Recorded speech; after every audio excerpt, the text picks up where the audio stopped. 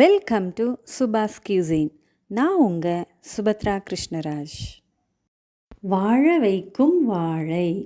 பொதுவாகவே ஒரு வீட்டில் சுப நிகழ்ச்சிகள் நடக்கும்போது வீட்டு வாசலில் வாழை மரம் கட்டுற பழக்கம் உண்டுங்க. ஏன்னா வாழை மரம் ஒரு மங்கள சின்னம்.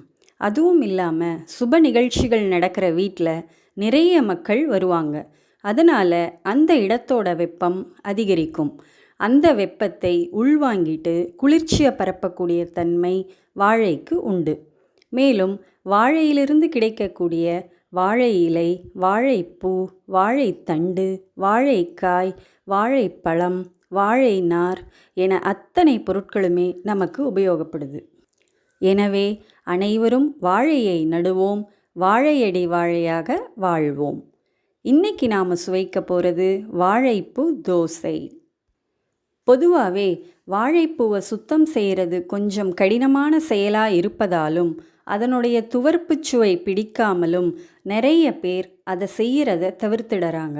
ஆனால் இந்த வாழைப்பூவில் எக்கச்சக்கமான சத்துக்கள் கொட்டி கிடக்குங்க. அதாவது நார்ச்சத்து, antioxidants, vitamin A, vitamin B, potassium, calcium, இரும்புச்சத்து, தாமிரச்சத்து இப்படி அத்தனையும் இதில் இருக்குங்க. வாழைப்பூ பெண்களுக்கு கிடைத்த பொக்கிஷம்னே சொல்லலாம். இது நமது இரத்தத்தை சுத்தப்படுத்தும், பற்கள் ஈறுகளை பாதுகாக்கும், மூல நோயை குணமாக்கும், பெண்களின் கர்ப்பப்பை சார்ந்த பிரச்சனைகள் அனைத்தையும் தீர்க்கும், இதயத்தை பாதுகாக்கும், நீரிழிவு நோயை கட்டுப்படுத்தும், உடலை சுறுசுறுப்பாக்கும், மேலும் நமது கண்களையும் பாதுகாக்கும்.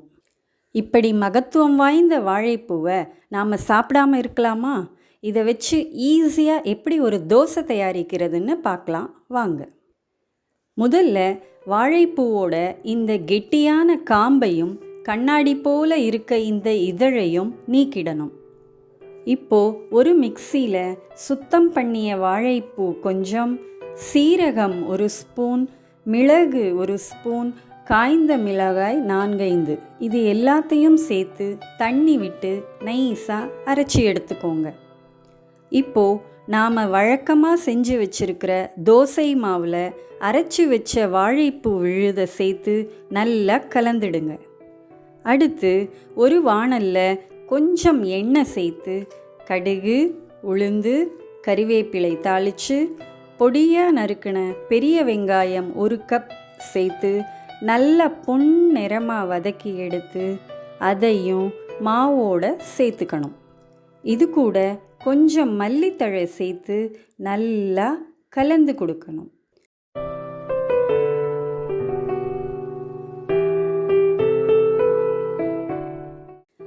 இப்போது நம்ம வாழைப்பூ தோசை மாவு பிங்க் கலரில் அழகாக தயாராகிடுச்சு பாருங்கள். இதில் தோசை வாத்து சுற்றியும் எண்ணெய் சேர்த்து மூடி வச்சு 2 புறமும் நல்லா வேக விடணும். அவ்வளோதாங்க, நம்ம வாழைப்பூ தோசை ரெடி ஆயிடுச்சு. இதை தேங்காய் சட்னியோடு சேர்த்து சுவைக்கும்போது சுவை அருமையாக இருக்கும்.